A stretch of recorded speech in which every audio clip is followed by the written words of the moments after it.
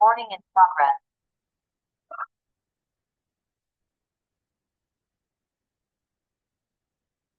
Assalamualaikum warahmatullahi wabarakatuh. Di sini, ulang, ulang, ulang. Assalamualaikum warahmatullahi wabarakatuh. Perkenalkan nama saya Rainer Fauzan dengan NIM 2405 1905011. Dan di sini saya akan menjelaskan mengenai artikel SLR yang saya buat, yaitu mengenai Systematic Literature Review of YOLO for Crop Disease di SLR yang ditujukan pada YOLO untuk deteksi penyakit. Ini mulai dari pendahuluan. Yang pertama ini adalah tantangan dalam mendeteksi penyakit tanaman secara manual. Ketika suatu lahan itu sangat besar, tentunya sangat membutuhkan waktu untuk mendeteksi daerah mana yang terdampak penyakit atau mungkin terdampak virus. Karena apa? Karena kalau tidak ditangani secara cepat, si bakteri atau virus itu bisa menyebar ke tanaman yang lainnya seperti itu. Nah, yang kedua ini ada peran teknologi fisik komputer dalam mendukung pertanian modern. Nah, maksudnya pertanian modern adalah pertanian yang menggunakan teknologi-teknologi modern. Dalam hal ini tentunya adalah sebuah komputer kayak gitu. Nah, fokusnya karena pada penelitian ini adalah menggunakan fisik komputer. Maksudnya fisik komputer ini adalah komputer pandangan komputer kayak gitu. Yaitu penglihatan komputer di mana konteksnya adalah mendeteksi penyakit, berarti komputer mampu untuk mendeteksi penyakit secara visual kayak gitu. Ini fokusnya yang ketiga adalah deteksi penyakit tanaman menggunakan YOLO. Nah, YOLO itu adalah you only look once, artinya ini sebuah teknologi yang digunakan untuk mendeteksi objek seperti ini. Jadi kepada fokus ini adalah untuk digunakan deteksi penyakit tanaman. Metode penelitiannya ada di beberapa tahap. Yang pertama adalah riset protokol, terus ada search literatur, ada selection literatur, terdiri dari inclusion dan exclusion. Setelah habis itu di review literaturnya, di analyze dan di konklusi.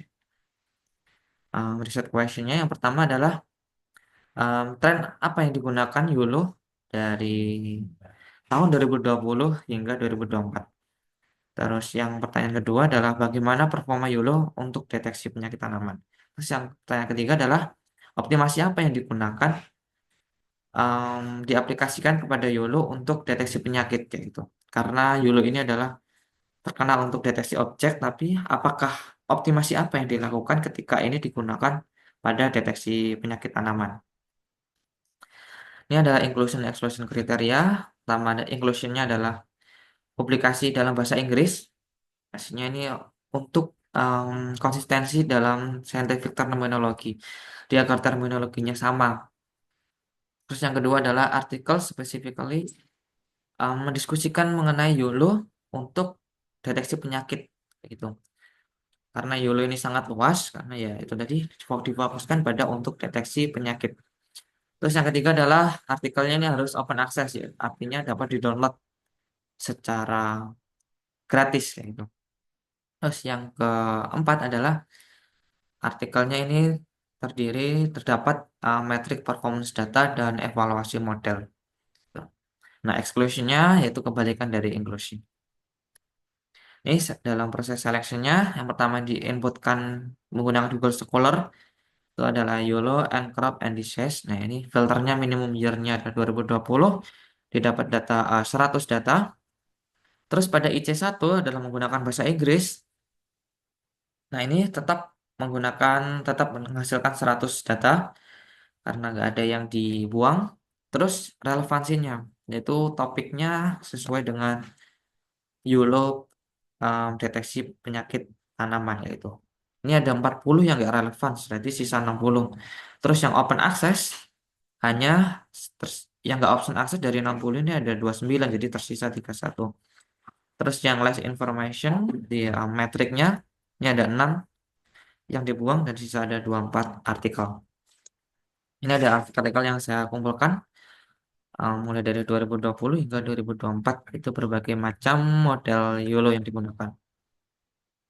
Ini adalah objeknya adalah daun atau buah atau mungkin hama seperti itu.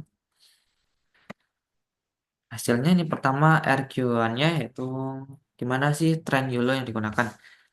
Nah, ternyata YOLO V5 ini menjadi em, yang paling banyak diteliti ya dengan 12 studi di antara 2020 hingga 2024. Jadi kemunculan YOLO versi 8 ini sebagai varian populer terbaru nih ya. Sebenarnya ini bukan terbaru tapi terbaru dalam konteks deteksi penyakit tanaman.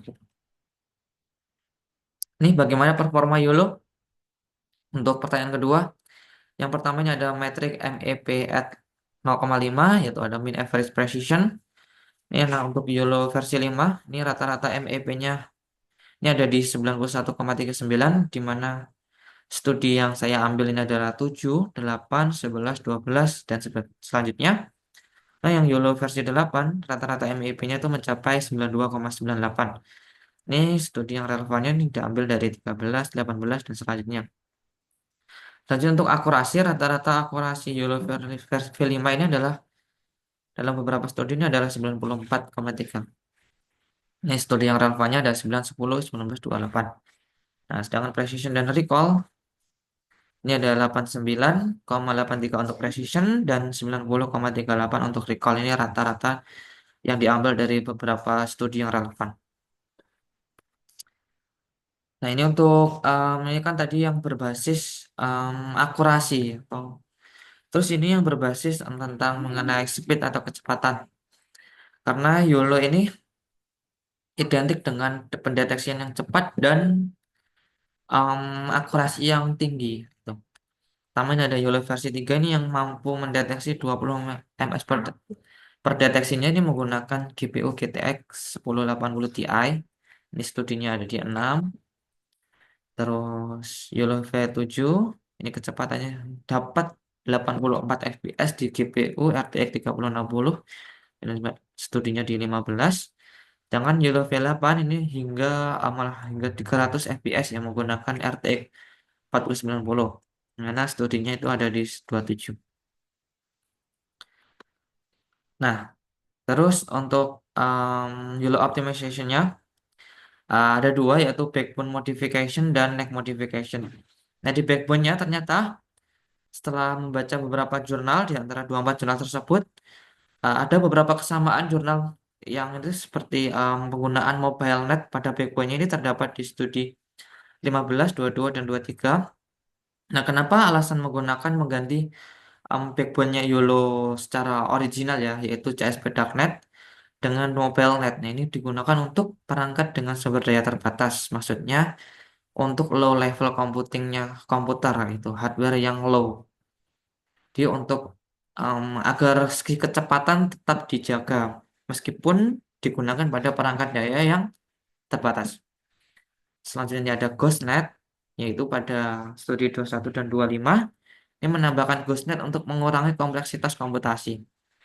Ini ada CPAM Convolutional Block Attention Module. Ini ada di studi 8, 11, 14 dan 26.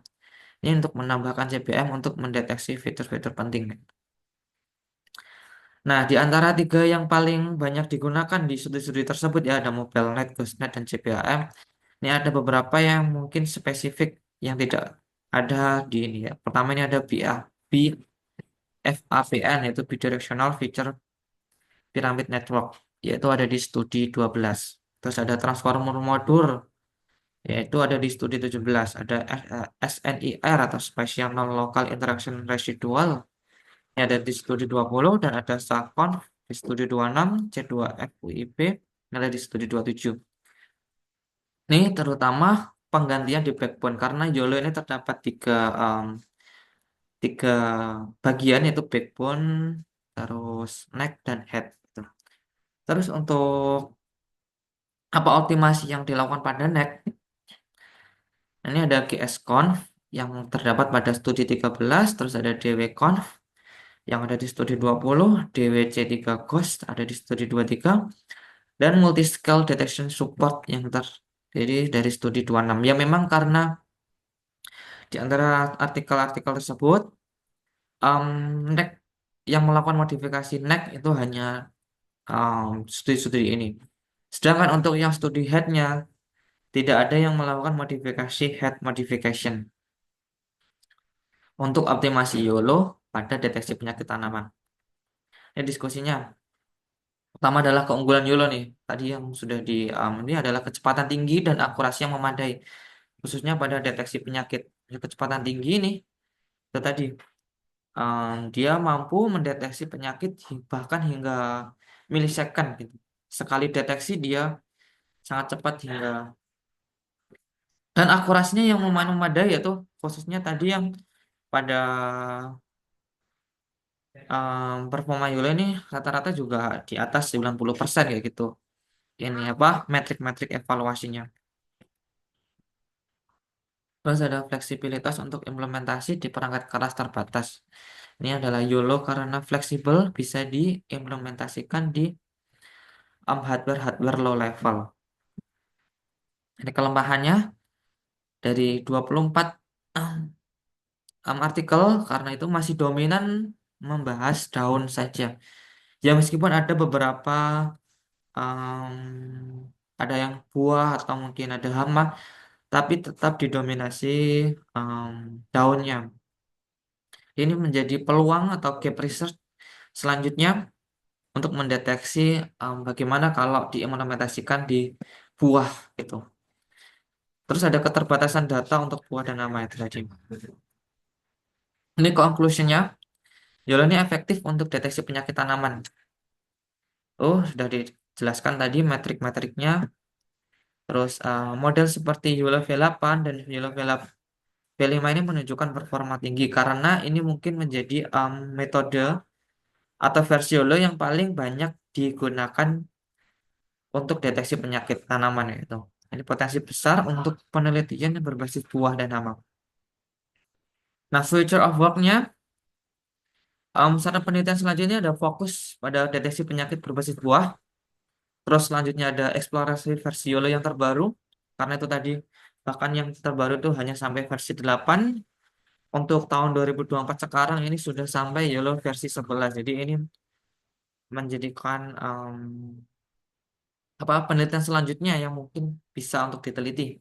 Terus ada integrasi dengan perangkat keras modern untuk aplikasi lapangan. Itu implementasinya bagaimana kalau diimplementasikan pada hardware-hardware untuk aplikasi lapangan seperti itu.